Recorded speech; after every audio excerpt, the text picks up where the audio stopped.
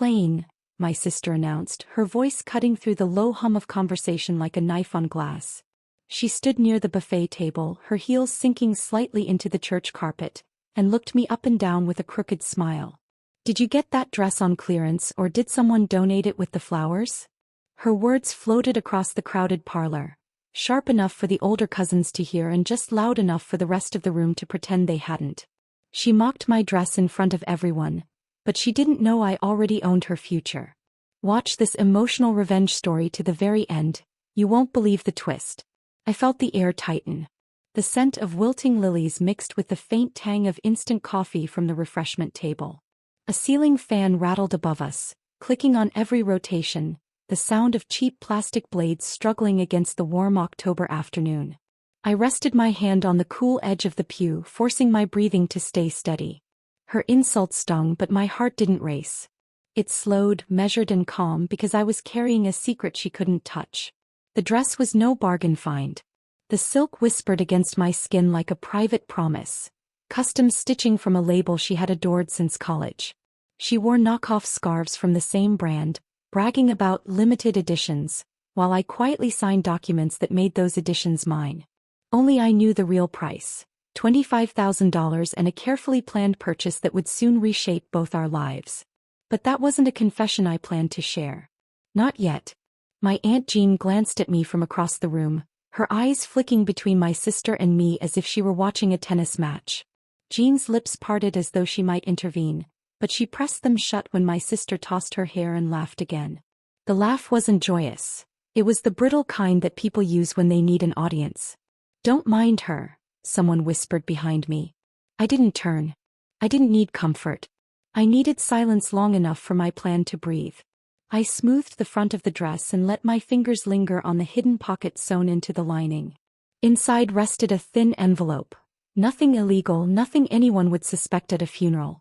But inside that envelope were the final purchase agreements for the very company that designed the dress she was mocking. The papers smelled faintly of printer ink and dry ambition, a scent I found far more comforting than the funeral flowers. My sister stepped closer, her perfume a sugary vanilla that clung too tightly to the warm air. "Really, you could have at least borrowed something decent," she said, pretending to arrange a plate of sandwiches. Her nails, painted a glittering red, tapped against the plastic tray in a nervous rhythm. That small, restless beat told me more than her words. She needed attention, needed to feel taller than me, even at a service meant to honor someone else. I tilted my head, offering a calm smile. "It's comfortable," I said softly. "Comfort matters on a long day." Her smirk faltered for half a second. She wanted a reaction, a flash of shame, a defensive quip, anything to prove she'd struck a nerve. Instead, I gave her nothing but the gentle weight of patience. Because while she measured worth in loud insults, I measured it in signed contracts and silent leverage. Behind us, a child dropped a paper cup of juice. The orange splash crawled across the carpet, a bright wound in the dull gray weave. My sister jumped back, annoyed that a drop might touch her discount pumps. I bent and helped the boy mop the spill with a stack of napkins, grateful for the small distraction. The movement gave me an excuse to check the envelope again, to feel the reassuring thickness of the papers that would change everything. As I rose, I caught a glimpse of my reflection in the darkened window. The dress shimmered faintly even in the dim light, subtle but unmistakable to anyone who knew quality. The fabric draped perfectly over my shoulders, every seam a quiet declaration of wealth she couldn't see. I stood taller, not from vanity but from the steady knowledge that I no longer needed her approval, or anyone's. Across the room, the pastor's wife began refilling coffee urns. The hiss of steam and clatter of cups filled the air, but I barely heard it. My sister had moved closer again, blocking the narrow aisle between pews as if she owned the space. Her eyes narrowed, searching for some sign of weakness. "So," she said, tilting her head, "did you at least find a coupon for that masterpiece?" The corners of her mouth twitched, a small tell that she was pushing harder because the first jab hadn't landed. I met her gaze and let a slow smile spread across my face. "No coupon," I replied. "Some things are worth full price." Her brow furrowed. She wasn't expecting calm. She wanted flustered. Instead, she received a hint, just enough to make her wonder what she didn't know. The room felt warmer, heavier. A baby began to cry near the entrance, and the sound wove through the murmurs of distant relatives catching up on old gossip. Outside, a lawn mower droned somewhere in the neighborhood, a reminder that life moved on even as we stood surrounded by death and petty drama. I excused myself and stepped toward the hallway, needing a breath of cooler air. The corridor smelled faintly of lemon cleaner and candle wax. I leaned against the wall, letting the cool paint press into my back, and allowed myself a quiet grin. Every signature in that envelope represented more than ownership. It was insurance. It was freedom from years of small humiliations like the one unfolding today. My phone buzzed in my clutch. A message from my attorney lit the screen. Transfer confirmed.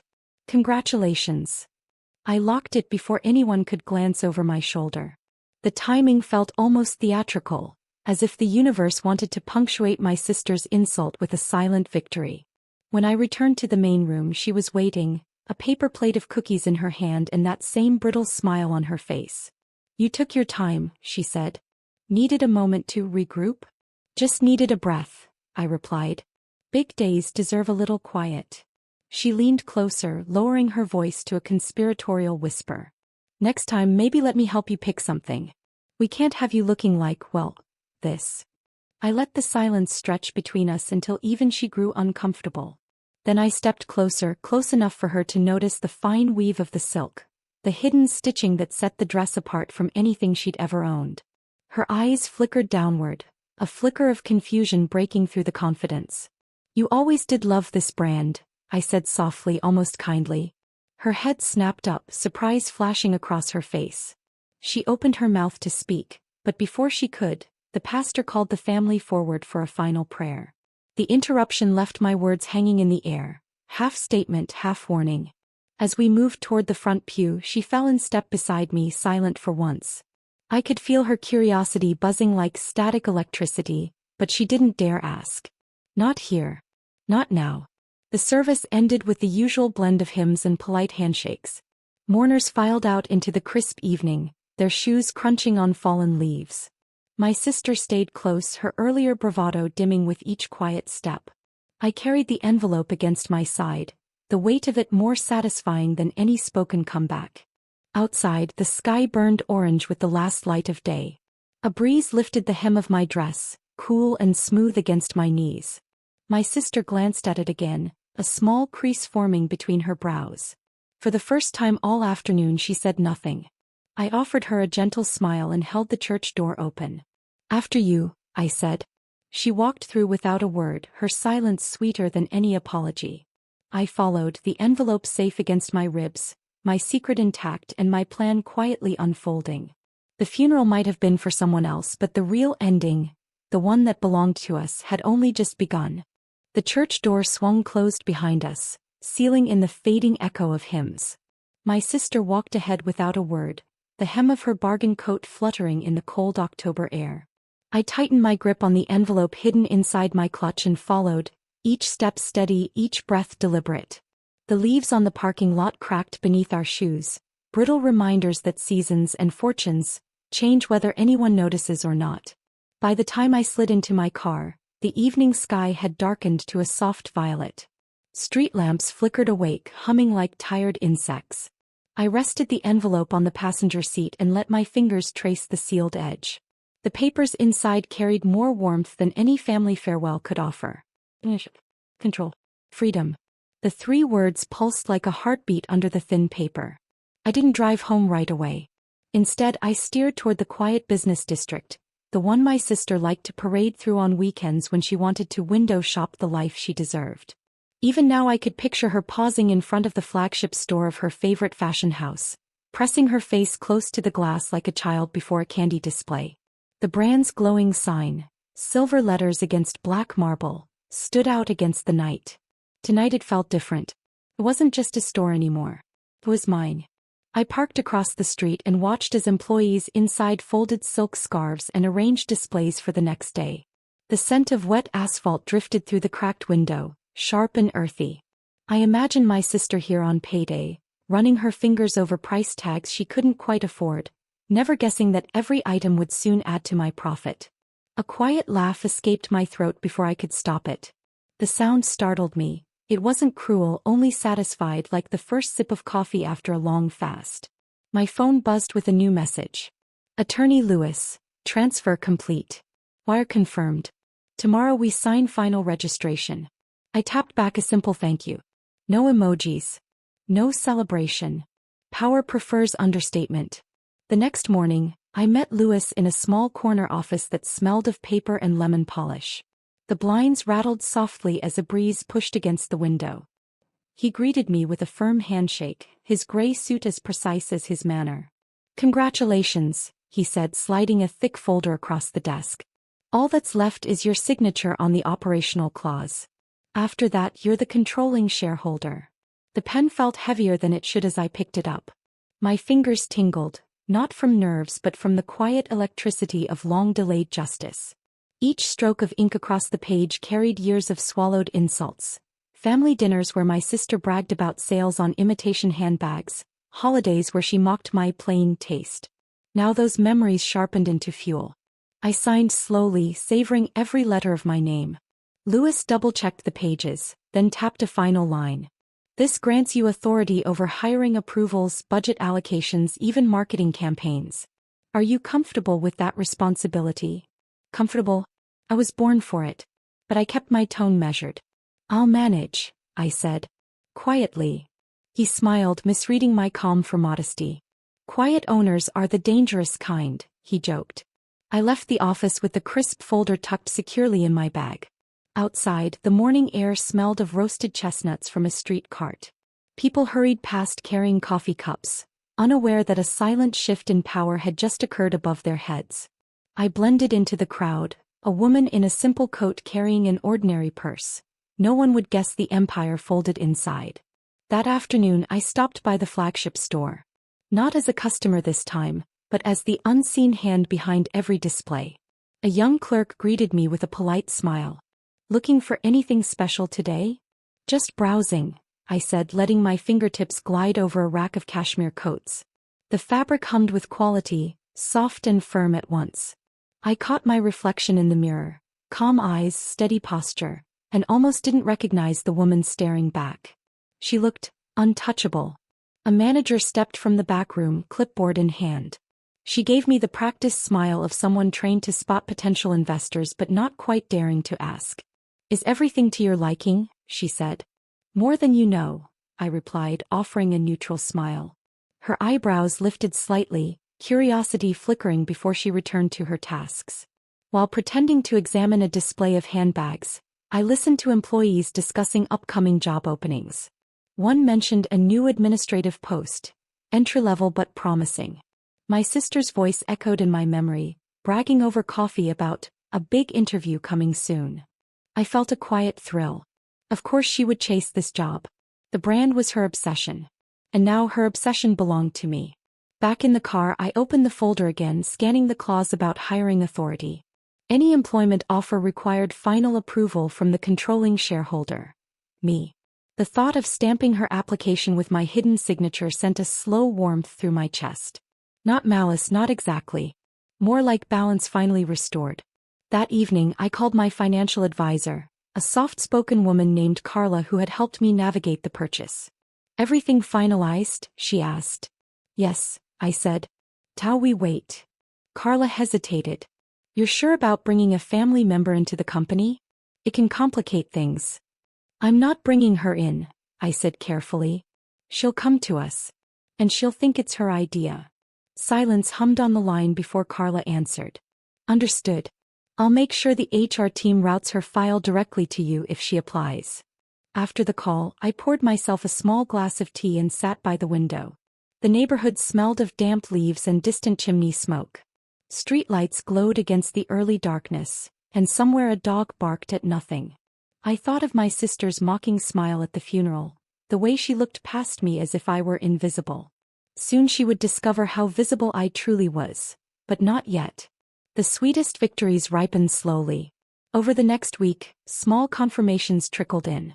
A memo about upcoming marketing campaigns crossed my desk. A draft of the new employee handbook arrived for review. Each document carried my name in neat black print. Owner. I initialed every page with quiet satisfaction. On Thursday, Lewis called again. Background checks for executive clearances are complete. You're officially registered as primary owner. Congratulations once more. Thank you, I said. Let's keep my name out of press releases for now. Discretion noted, he replied. That night I attended a small community charity event. A silent auction at the local library. My sister was there, of course, charming a cluster of neighbors with stories about her upcoming job search. She waved me over, cheeks flushed with excitement. You won't believe this, she whispered when I reached her side. The brand is hiring. Administrative staff. Perfect for me, right? I sipped my cider, hiding the smile tugging at the corners of my mouth. It does sound perfect, I said evenly. You've always loved their style. I've got an interview next week, she added, eyes shining. Wish me luck. Always, I said, raising my glass. Inside, a quiet thrill pulsed like a second heartbeat. Luck had nothing to do with it. When the auction ended, I walked to my car beneath a sky scattered with early winter stars. The cold bit at my cheeks, but I hardly felt it. My sister's laughter floated behind me as she told someone about her dream job. Each echo was a promise of what was to come. Driving home, I replayed the day in my mind. The final signatures, the subtle glances, the unnoticed power now resting entirely in my hands. The road stretched dark and empty ahead, headlights carving a private path through the night. For the first time in years, I felt no need to hurry. The future was already mine. I parked in my driveway, the engine ticking softly as it cooled. Inside the house, the silence welcomed me like an old friend. I set the folder on the kitchen table, ran a hand across its smooth cover, and let the reality settle. The brand she worshipped, the job she coveted, the identity she flaunted, each now threaded through with my name. Tomorrow would bring new papers, new steps in a plan she couldn't begin to suspect. And when she finally walked through those glossy company doors, she would feel only excitement, never noticing the quiet shadow waiting at the top. The folder still lay on my kitchen table when my phone buzzed the next morning, vibrating against the wood like a restless heartbeat. I wiped a trace of tea from my fingers and answered. My sister's voice poured through the line, bright and eager. You're not going to believe this, she said. They called.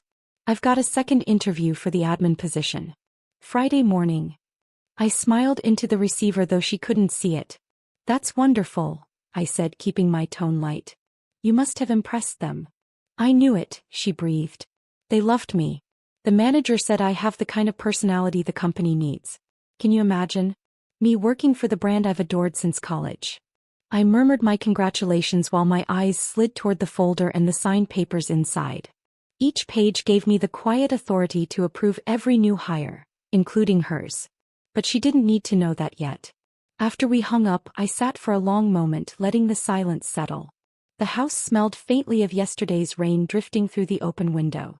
Somewhere down the street a garbage truck rattled, its brakes squealing like a badly tuned violin. I felt a strange calm, the kind that comes when a plan begins to move on its own. Later that afternoon, I met Carla at a small cafe near the company's downtown office. The air inside smelled of roasted coffee and cinnamon muffins. She slid a thin envelope across the table, careful to keep her voice low. HR finalized the job listing, she said. Your sister's application is in the top 3. Would you like to review the candidate notes before the final interview? I opened the envelope and scanned the neat summaries. My sister's name sat at the top, highlighted in yellow. The notes praised her energy and natural leadership presence, a phrase that almost made me laugh out loud. Carla caught the twitch of a smile but said nothing. Approve the interview, I said, closing the folder. Let her feel the victory. Carla nodded. Final decision will still need your signature once the hiring manager makes the offer. I'll be ready, I replied, stirring my tea with deliberate slowness. The spoon clinked softly against the porcelain, a sound far more satisfying than applause. Friday arrived gray and chilly, the sky heavy with clouds that threatened rain. I drove downtown early and parked a block away from the corporate tower, my hands steady on the wheel. Through the windshield I watched employees stream into the building. Young men in slim suits, women in tailored coats, each carrying the quiet urgency of ambition. Among them, my sister appeared in a pale blue blazer that strained at the shoulders, her smile wide and nervous. She clutched a black portfolio against her chest like a lifeline. She didn't see me, of course. I stayed in the car, engine off, watching her cross the plaza and disappear through the revolving doors. A gust of wind carried the faint scent of wet concrete and roasted chestnuts from a nearby cart. For a brief second I imagined walking beside her, offering encouragement the way an older sister should. But encouragement was not what today required. An hour later my phone buzzed again. Carla's message was brief. Interview went smoothly. Hiring manager recommends immediate offer. Need final approval. My fingers hovered over the screen before I typed back a single word. Proceed. I drove home slowly, savoring the drizzle that streaked the windshield. Every traffic light felt like a deliberate pause, a reminder to breathe. At each stop, I pictured my sister sitting across from the HR director, answering questions she thought were routine, unaware that every nod and smile ultimately funneled back to me. That evening she called, her excitement bubbling through the line. They loved me. I think they'll make an offer. They said I should expect a call within a few days. She paused, lowering her voice. Do you think I should negotiate the salary? 18 an hour isn't much, but it's a start. My lips curved in a private smile. That sounds reasonable for a first offer, I said gently. Sometimes it's wise to get a foot in the door before asking for more. You always know what to say, she replied. The irony nearly made me laugh, but I held it in.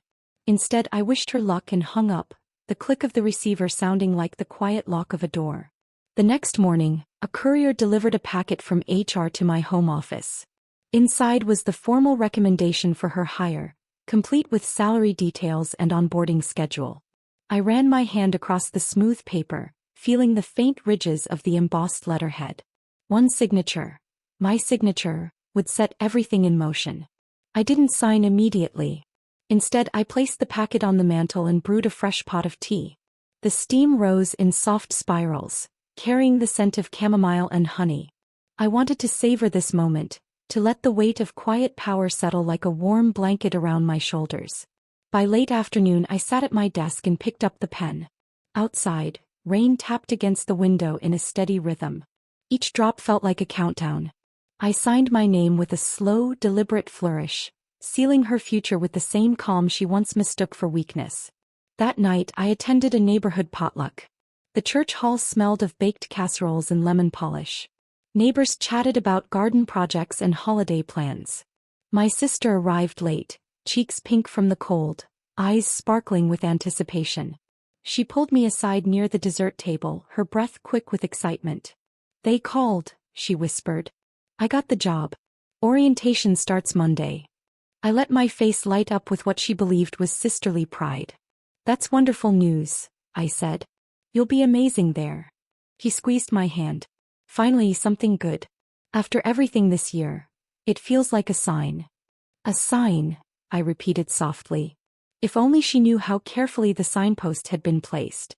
As the evening wore on, she moved from group to group, sharing her triumph with anyone who would listen. I watched from a corner, the smell of cinnamon rolls mingling with the faint scent of damp wool coats. Each time she laughed, I heard the echo of her funeral day mockery, but the sound no longer stung. It only confirmed how little she understood the game we were playing. Sunday night brought one final piece of confirmation. Carla phoned to report that onboarding paperwork had been processed and the HR system updated. She's officially on payroll, she said. Orientation at 9 a.m. sharp. Excellent, I replied. Let's keep my name off all internal announcements for now. Of course, Carla said, her voice carrying a hint of admiration. You really do prefer a quiet approach. Noise is overrated, I said, ending the call with a small smile. Later, as I prepared for bed, I opened the company portal on my tablet and scanned the employee roster. There, near the bottom of the new hires list, sat my sister's name in clean black text. I touched the screen lightly, almost like a blessing. Her journey into the company she adored had begun, and she believed it was entirely her achievement.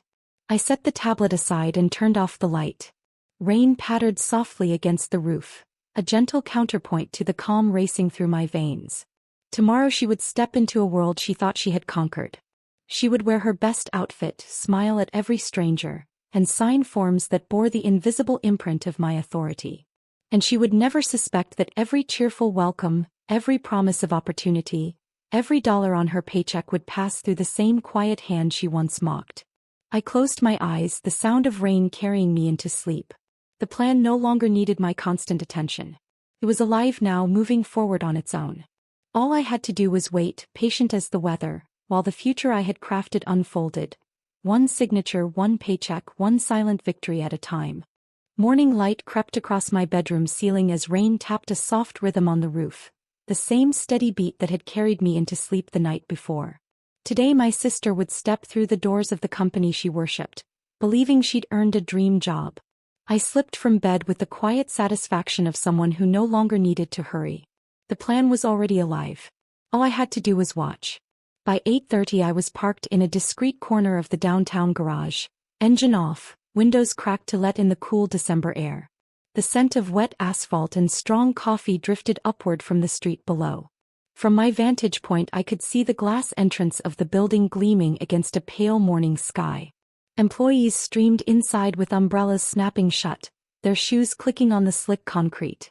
And then she appeared, my sister, in a tailored gray blazer and polished flats, clutching a new leather tote that still had faint creases from the store shelf. She paused just beyond the revolving doors, smoothing her hair and taking a deep breath. Even from a distance I recognized the determined set of her shoulders. She thought this was the first step toward independence, a fresh start after years of dead-end jobs. She had no idea that every keycard swipe and payroll entry would pass through a chain of approvals ending at my desk. I waited until she disappeared into the lobby before starting my own car. There was no need to follow her inside. Instead, I headed to a small cafe across the street where I could watch the entrance without being noticed. The barista greeted me with a friendly nod as the smell of roasted beans wrapped around the warm room. I ordered a plain latte and chose a corner seat near the window, perfect for quiet observation. Through the glass I caught glimpses of her moving between security checkpoints and reception desks. She smiled too widely at the guards, a nervous habit from childhood that surfaced whenever she felt out of her depth. I sipped my coffee and imagined the scene unfolding upstairs. The HR manager reviewing paperwork, the orientation packets stacked neatly on conference tables, the supervisor handpicked to monitor her progress. That supervisor, Ms. Allen, had been recommended by Carla for her discretion and meticulous record-keeping. We'd met briefly during the hiring process, our conversation cloaked in the language of corporate compliance. She didn't know the full story. She only knew that this particular new hire required careful onboarding and direct performance tracking. Allen had nodded, professional and unreadable, agreeing to provide weekly updates directly to me. While I waited, my phone vibrated with a secure message from Carla. Orientation begun. Supervisor in place. No issues so far. I typed back a simple thank you and closed the screen before the barista could glance my way. The hours slid by with deliberate slowness. Outside, the rain eased into a light drizzle that left the sidewalks slick and shining. I pretended to read a newspaper but kept my eyes fixed on the entrance. Shortly after noon the doors opened and employees began spilling out for lunch. Among them was my sister, walking beside a woman with a company badge clipped to her lapel. They carried matching orientation folders and spoke with animated gestures. I couldn't hear their conversation, but the way my sister tilted her head, half eager, half defensive, told me enough. The first lesson of corporate life was already beginning. The careful hierarchy of power, the silent rules hidden behind friendly smiles. I let them pass without revealing myself and finished my latte in slow sips. By the time I returned to my car, the drizzle had stopped, leaving the air sharp with the scent of wet stone. I started the engine and drove a slow loop around the block, imagining the next stage of her day. A tour of departments, a training session on internal systems, perhaps a casual mention of advancement opportunities that would never quite materialize. Later that afternoon, Carla called with an update. Orientation went smoothly, she reported. Your sister seems eager, maybe a bit overconfident. Ms. Allen noted that she asked several questions about promotion timelines. I allowed a small laugh. That sounds like her, I said. Make sure Allen provides constructive feedback. Encouragement mixed with realistic expectations. Of course, Carla replied. First performance review is scheduled for 3 months. We'll ensure all documentation routes through your office. After the call, I drove home through streets washed clean by rain. The wipers squeaked across the windshield as I replayed Carla's words. Overconfident. Eager. Those traits had driven my sister to mock others when she sensed weakness. Now they would be carefully recorded in personnel files, measured against goals I helped set. At home, the house smelled faintly of lavender polish from yesterday's cleaning. I placed my phone on the counter and prepared a simple lunch, the rhythm of chopping vegetables grounding me in the present. With each slice I imagined the subtle lessons unfolding across town. New procedures, complex software, silent tests of patience. Every challenge she faced would feel ordinary to her but purposeful to me. By early evening another message arrived from Ms. Allen herself. Your candidate completed training. Quick learner, though occasionally dismissive of instructions. Will monitor closely. The phrasing made me pause. Dismissive. It was a word my sister wore like a second skin, one she believed went unnoticed. But in corporate settings such habits were logged, analyzed, and quietly used to shape careers. I spent the rest of the evening organizing household files, letting the quiet stretch around me like a soft blanket. Through the window I watched streetlights flicker on, their reflections trembling on damp pavement. Somewhere beyond those lights my sister was likely celebrating her first day with a glass of cheap wine, convinced she had conquered a new world. She didn't realize the world was already mapped, every path leading back to me. Around 9 o'clock the phone rang again. This time it was her. Her voice brimmed with excitement, but I could hear a faint thread of exhaustion beneath it. You would not believe how organized they are, she said. Everything is tracked, every little detail. My supervisor is nice but she watches everything. I swear she knows when I breathe too loudly. She laughed but the sound carried a nervous edge.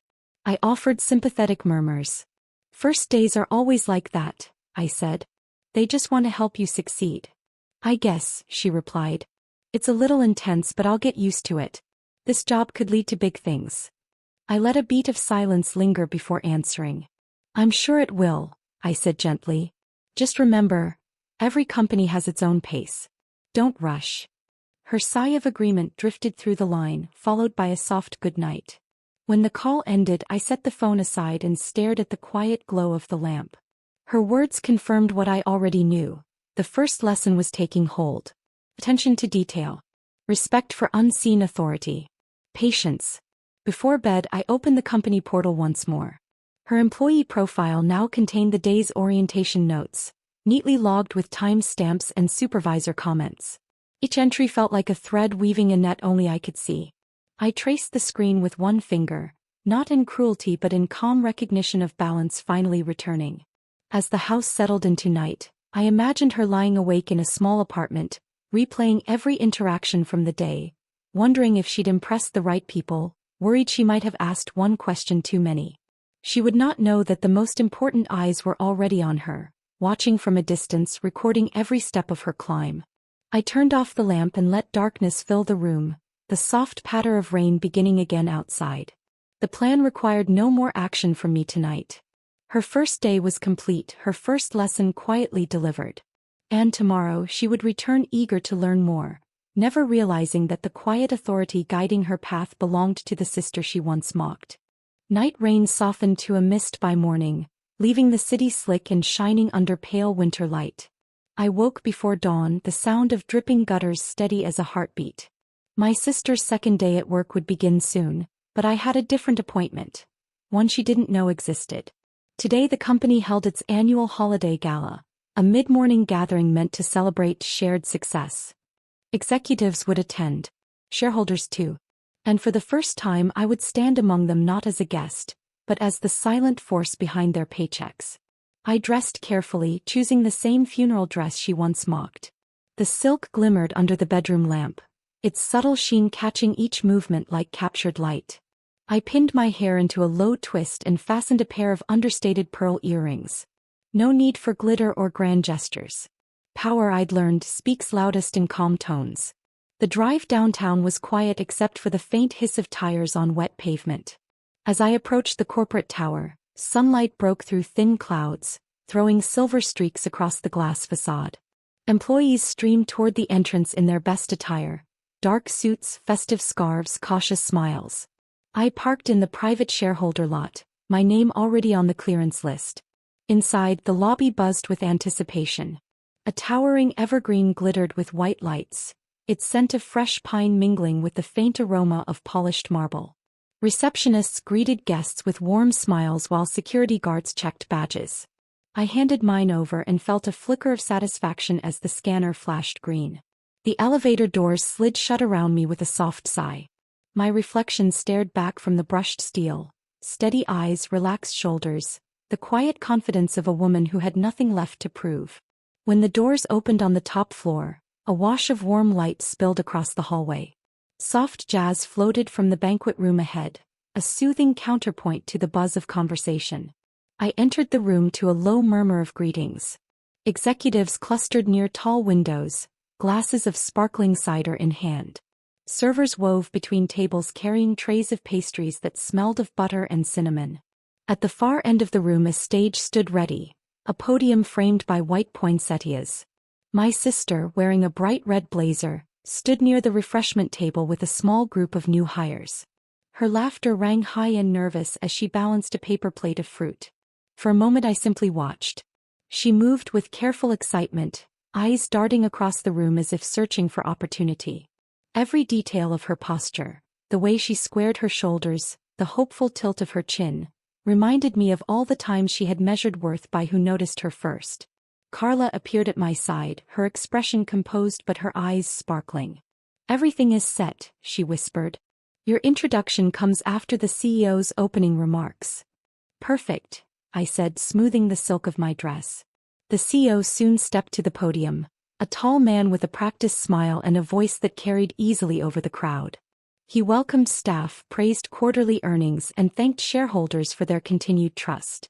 As he spoke, I scanned the room and found my sister's eyes.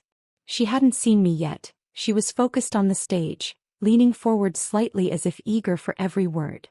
"And now," the CEO said, "we are honored to introduce a key partner whose recent investment has secured our next phase of growth. Please welcome our controlling shareholder." The room shifted.